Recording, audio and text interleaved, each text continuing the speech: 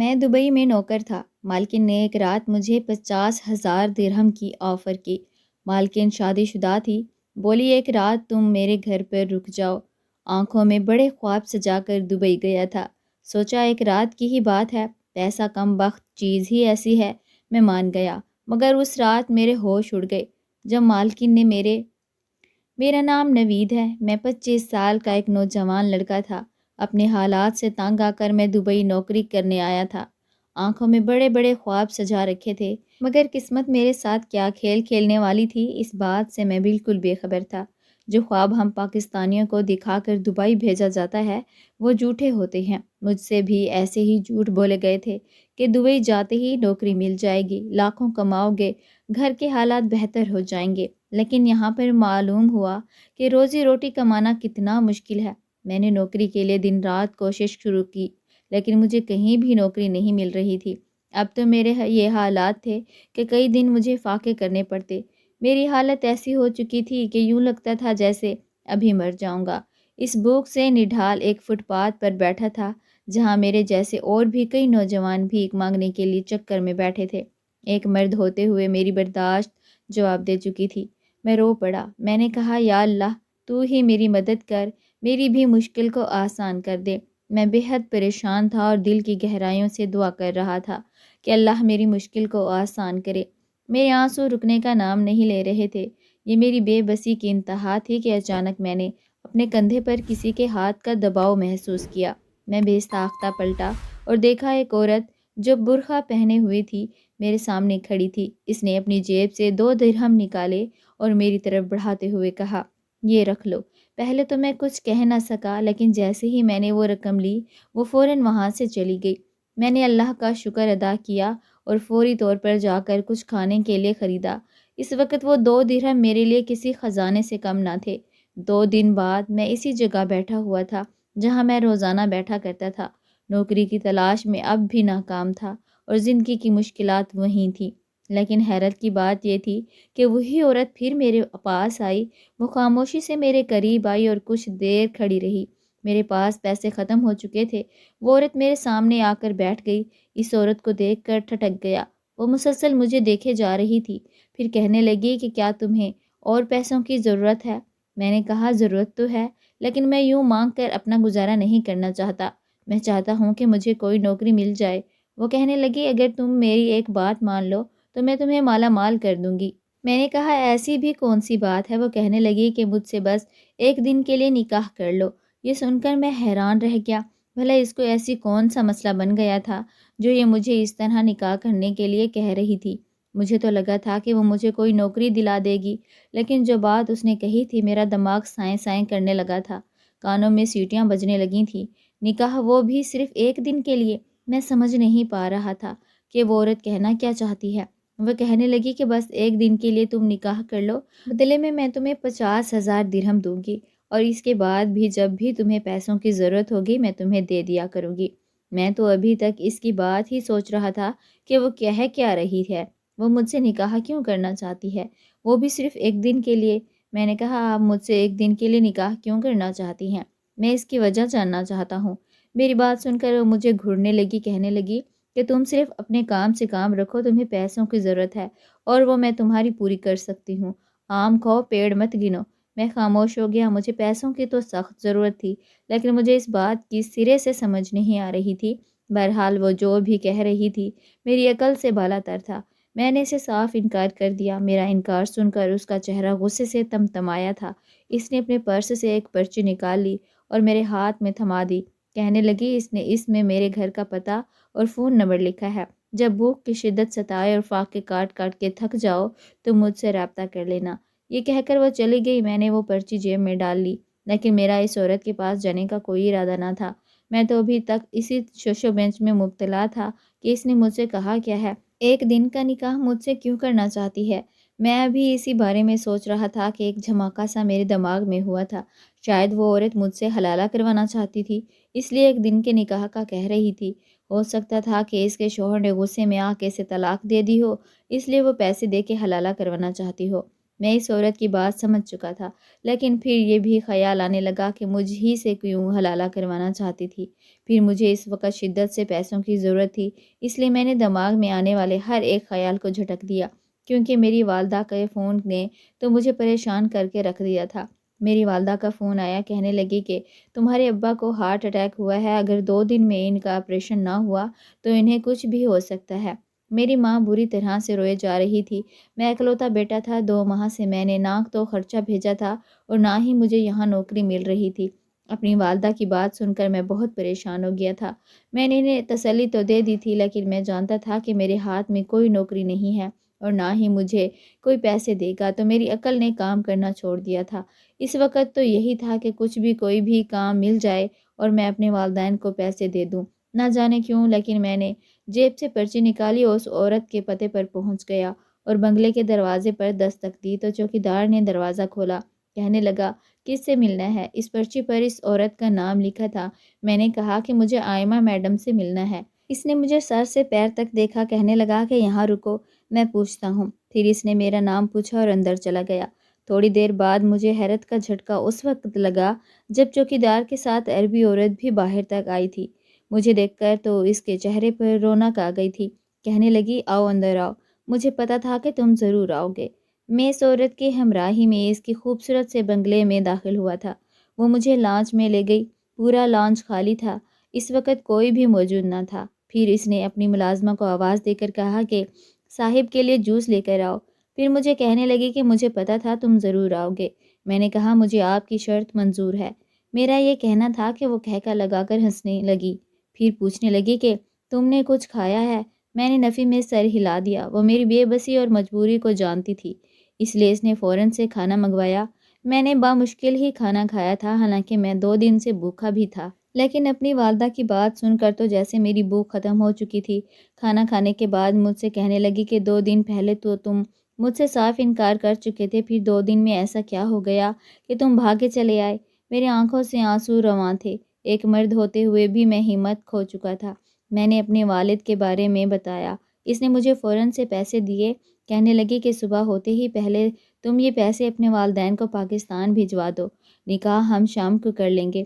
مجھے کوئی فرق نہیں پڑتا تھا کہ میں کوئی گناہ کرنے جا رہا ہوں یا ثواب، کیونکہ مجھے صرف پیسوں کی ضرورت تھی۔ میرے والد زندگی اور موت کی جنگ لڑ رہے تھے، میں اپنے والدین کو کھونا نہیں چاہتا تھا۔ اس عورت کی ہر بات ماننے کو تیار تھا۔ اس عورت نے کہا کہ وہ مجھے بعد میں بھی بہت سارے پیسے دے گی۔ پھر ایک رات کی تو بات تھی، اس کے بعد تو وہ مجھے چھوڑ دیتی اور پیسے بھی دیتی۔ میں یہی سوچ رہا تھا کہ اگر اس نے مجھے زیادہ رقم دی تو واپس پاکستان چلا جاؤں گا اور وہیں جا کے کوئی کاروبار شروع کر دوں گا۔ والدین کے بغیر میرا بھی یہاں دل نہیں لگ رہا تھا، لیکن میں نہیں جانتا تھا کہ میرے ساتھ کیا ہونے والا ہے۔ اگلے روز صبح اس عورت نے مجھے اپنے ڈرائیور کے ساتھ بھیجا تھا۔ میں نے جا کر اپنے والدین کے اکاؤنٹ میں پیسے ڈلوا دیے اور انہیں فون پر کہا کہ وہ فکر نہ کریں، ابا کو آپریشن شروع کروا دیں، اگر اور بھی پیسوں کی ضرورت ہوئی تو میں بھیج دوں گا۔ تو وہ مجھ سے کہنے لگی، نوید تم نے یہ پیسے کہاں سے لیے ہیں؟ تم تو کہتے تھے تمہاری نوکری نہیں لگی۔ میں نے کہا، اماں بس ہو گیا ہے انتظام، نوکری بھی سمجھیں کہ لگ گئی ہے۔ میں نے اپنی والدہ کو تسلی دی تھی۔ اس ڈرائیور کے ساتھ میں واپس آ گیا تھا۔ میں نے دیکھا کہ وہ 50 سالہ عورت پارلر میں جانے کے لیے تیار تھی۔ میرا دل ایسے ہر جذبے سے عاری تھا۔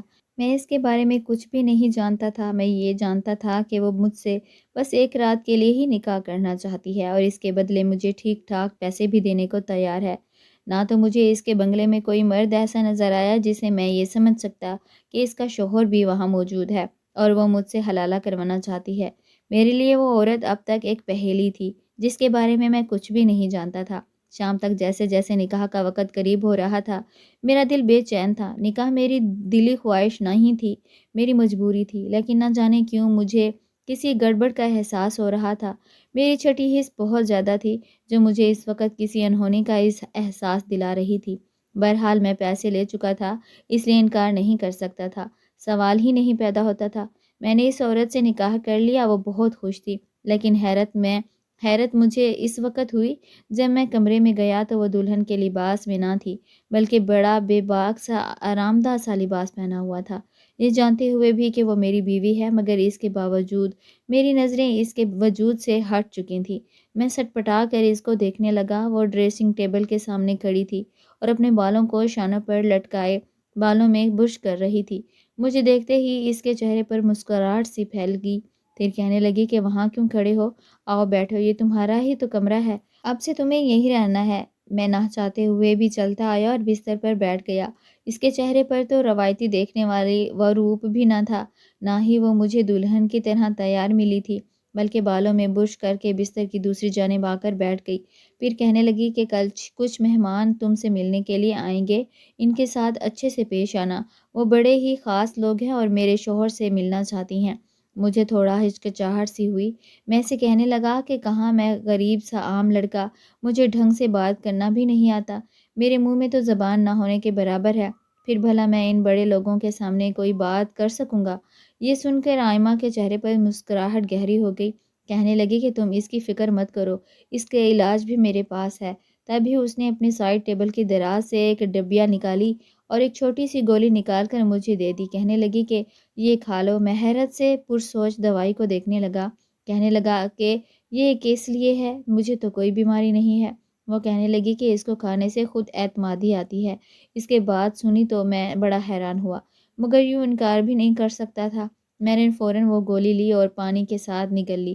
وہ کتنی ہی دیر مجھ سے باتیں کرتی رہی، مگر مجھے نیند آنے لگی تھی۔ میں مزید اس سے باتیں نہ کر پایا اور یوں ہی نیم دراز بیٹھا ہوا سو گیا۔ جب میری آنکھ کھلی تو گھڑی پر 1 بج رہا تھا۔ میں نے سوچا کہ شاید رات کا 1 ہے، مگر جب کھڑکی سے آتی روشنی پر نظر پڑی تو وہ بکھلا کے اٹھ بیٹھا، کیونکہ یہ دن کی 1 بج رہا تھا۔ مجھے حیرت ہوئی تھی، آخر میں اتنی دیر تک کیسے سویا رہا؟ میرے پورے وجود میں درد کی ٹیسیں اٹھ رہی تھیں۔ ایک عجیب سے درد نے مجھے اپنے شکنجے میں لے رکھا تھا۔ دماغ اس قدر وزنی تھا کہ مجھ سے بیٹھنا بھی نہ ہوا۔ ابھی میں وہیں بوجھل دماغ پکڑے بیٹھا تھا کہ جب کمرے کا دروازہ ایک جھٹکے سے کھلا۔ آئمہ کمرے میں داخل ہوئی تھی۔ اس کا چہرہ سرخ ہو رہا تھا۔ کہنے لگی کہ میں نے تمہیں کہا بھی تھا آج میری کچھ دوستیں تم سے ملنے کے لیے آنے والی ہیں، مگر تم تو ایسے گھوڑے بیچ کر سوئے جیسے اٹھنا ہی نہ ہو۔ وہ مجھ سے ناراضگی کا اظہار کر رہی تھی، جبکہ میں حیرت سے اس کا چہرہ دیکھ رہا تھا۔ مجھے تو یہ بھی نہیں پتہ تھا کہ کوئی مجھے جگانے کے لیے اس کمرے میں آیا۔ حیرت کی بات تھی کہ آج سے پہلے تو میں کبھی بھی اس طرح سے نہیں سویا تھا۔ خیر میں اسے خراب طبیعت کے بارے میں بتایا تو وہ تھوڑی فکر مند سی نظر آنے لگی۔ کہنے لگی فکر مت کرو، میں ابھی تمہارے لیے گرم گرم دودھ بھیجتی ہوں، ساتھ دوائی بھی، تم بہت بہتر محسوس کرو گے۔ میں نے اس کی بات میں ہاں میں سر ہلا دیا۔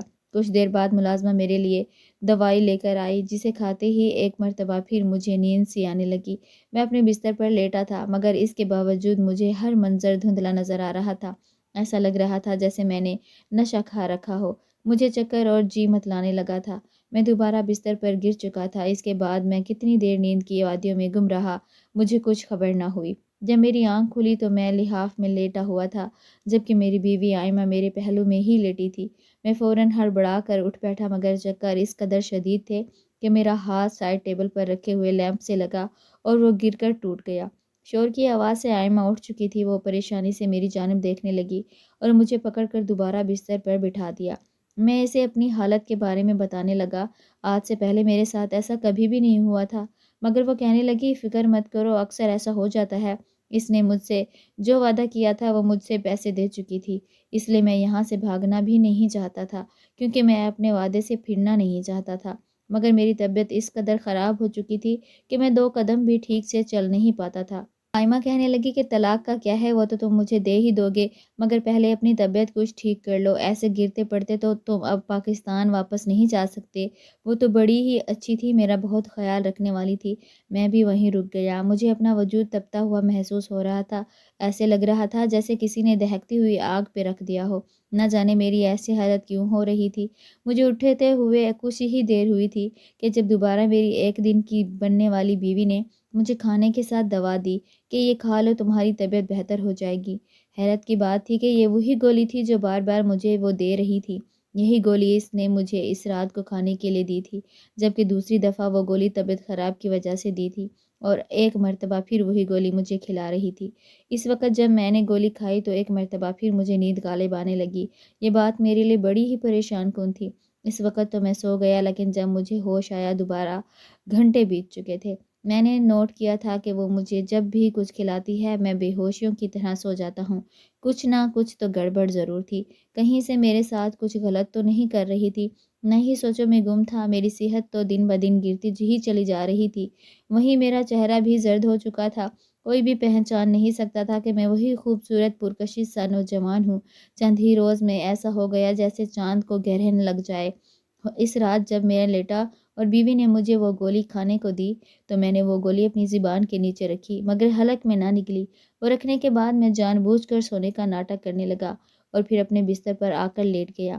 میں ہوش میں تھا تب ہی کچھ دیر بعد آئمہ مجھے آوازیں دینے لگی، مگر میں نے اس کی کسی بات پر کوئی جواب نہ دیا۔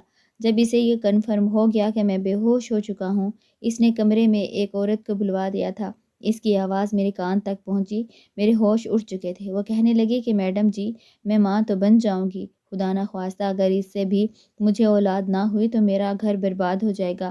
میرا شوہر تو بانجھ ہے اور ساس بار بار وارث کی ڈیمانڈ کر رہی ہے۔ آئمہ کہنے لگی کہ تم فکر ہی مت کرو، بدلے میں اس نے مجھ سے کئی درہم لیے تھے اور پھر وہ عورت میرے پاس کمرے میں آ چکی تھی۔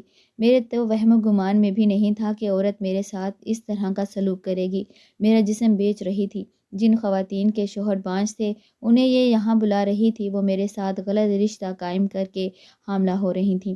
کتنی دیر تک میں سکتے کی کیفیت میں رہا، میرے ذہن میں آندھیاں چل رہی تھیں، کیسے کیسے گھناؤنے کاروبار لوگوں نے بنا رکھے تھے۔ وہ عورت بانجھ عورتوں سے لاکھوں پیسے وصول کرتی تھی اور مجھ جیسے نوجوان لڑکوں کو پھنسا کر ہر رات اس سے اپنا کام نکلواتی تھیں۔ میرا دل تو کیا کہ یہاں سے بھاگ جاؤں، مگر مجھے ڈر تھا کہ اس عورت کے یہاں پر اچھے خاصے لوگوں سے تعلقات تھے۔ میں خاموشی سے لیٹا رہا۔ اگلی صبح سو کر اٹھا تو اب میرے دل میں مزید پیسہ کمانے کی لالچ پیدا ہو چکی تھی۔ پیسہ کم بخت چیز ہی ایسی ہے۔ اگلی روز میں نے کھل کر آئمہ سے بات کی اور اسے بتایا کہ مجھے سب پتہ چل چکا ہے، تو اس کا رنگ فک ہو گیا۔ میں نے کہا، دیکھو تم نے مجھ سے جو پیسے دیے ہیں وہ بہت معمولی ہیں، ان پیسوں کے سامنے جو تم نے ان عورتوں سے وصول کر رہی ہو، جو بانجھ ہیں اور کسی نہ کسی طرح اپنا گھر بچانے کی کوشش میں لگی ہوئی ہیں۔ اگر تم 50% کے حساب سے میرے ساتھ ایگریمنٹ کرو تو میں تمہارا ساتھ دوں گا۔ وہ کچھ دن سوچنے کے بعد مان گئی۔ اگلے کئی مہینے ہمارا یہ کام خوب چلتا رہا، مگر میری صحت کا یہ حال ہو گیا تھا کہ مجھے سے ٹھیک سے چلا بھی نہیں جاتا تھا۔ میں جو 25 سال کا خوبصورت نوجوان تھا، 40 کا لگنے لگا تھا۔ میں نے واپس پاکستان جانے کا فیصلہ کر لیا کیونکہ میرے پاس 2.5 لاکھ درہم جمع ہو چکے تھے۔ واپس آ کر میں نے دوبارہ دبئی جانے سے توبہ کر لی۔ 6 مہینے مکمل ریسٹ کیا، تب جا کے میری کوئی صحت ٹھیک ہوئی۔ میں نے کپڑے کا کاروبار شروع کیا اور دنوں میں میرا کاروبار خوب چمکنے لگا۔ میں نے جو کیا وہ ٹھیک تھا یا غلط مجھے نہیں پتا، مگر وہ سب میں نے پلان بنا کر نہیں کیا تھا، شاید قسمت کو یہی منظور تھا۔ میری ماں نے میری شادی کر دی۔ آج میرے 4 بچے ہیں جن کے اچھے مستقبل کے لیے میں دن رات کوشش کر رہا ہوں تاکہ میری طرح ان کو کبھی دبئی کے خاک نہ چھاننی پڑے۔